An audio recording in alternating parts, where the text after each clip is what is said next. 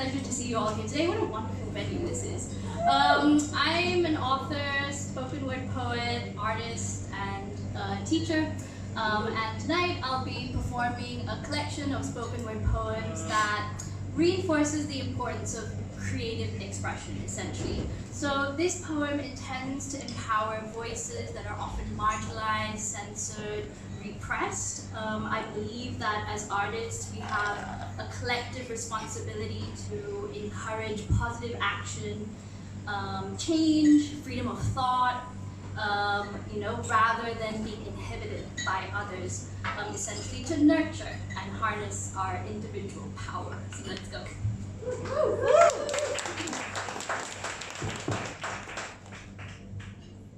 I'm taking the space I need to breed creativity.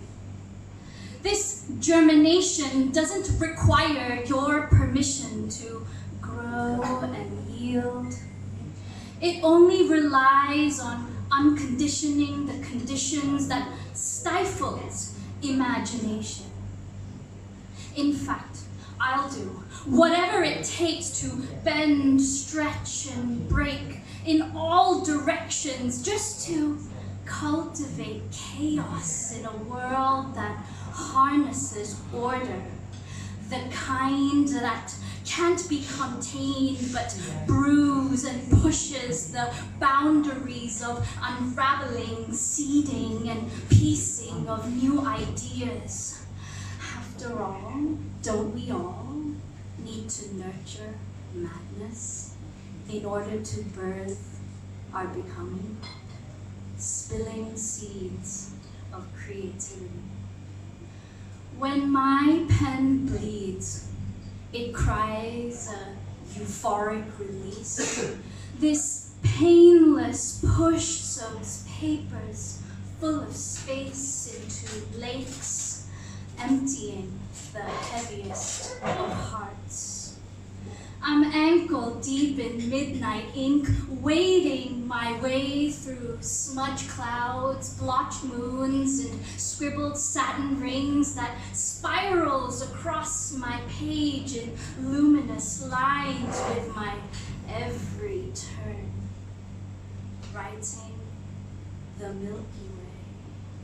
You see, my words, they huddle, rustle, breathe in the staticity of your page. Yes, they glide on your tongue as you peel the concealed parts of me, this shedding, shredding of my shape from your piecing, making of meaning is loudest in the quietest of our moments.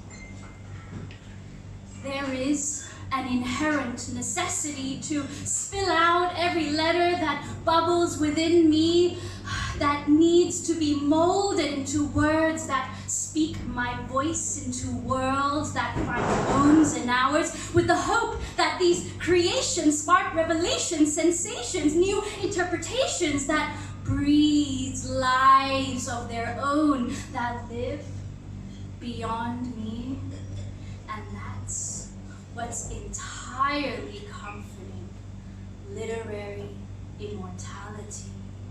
Because your story is meant to be told. Your core is meant to explode, erupt into flaming words that flows, rolls the steepest slopes and seep into corners never uncovered, extinguishing blocks to your voice, but never your letters. They can't be hardened, buried, obscured, only ignited for you to purposely shape and form new worlds beyond repair.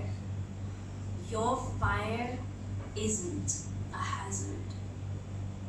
Your fire isn't a hazard. Thank you.